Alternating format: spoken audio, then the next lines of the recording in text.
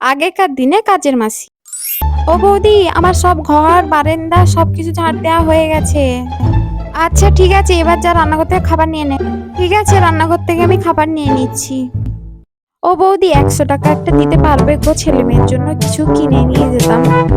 ও বাবা, 100 টাকা এখন হবে না রে। ঠিক আছে, তুমি নাহলে এখন টাকাটা দাও, আগের মাসের টাকা থেকে কেটে নিবে টাকা।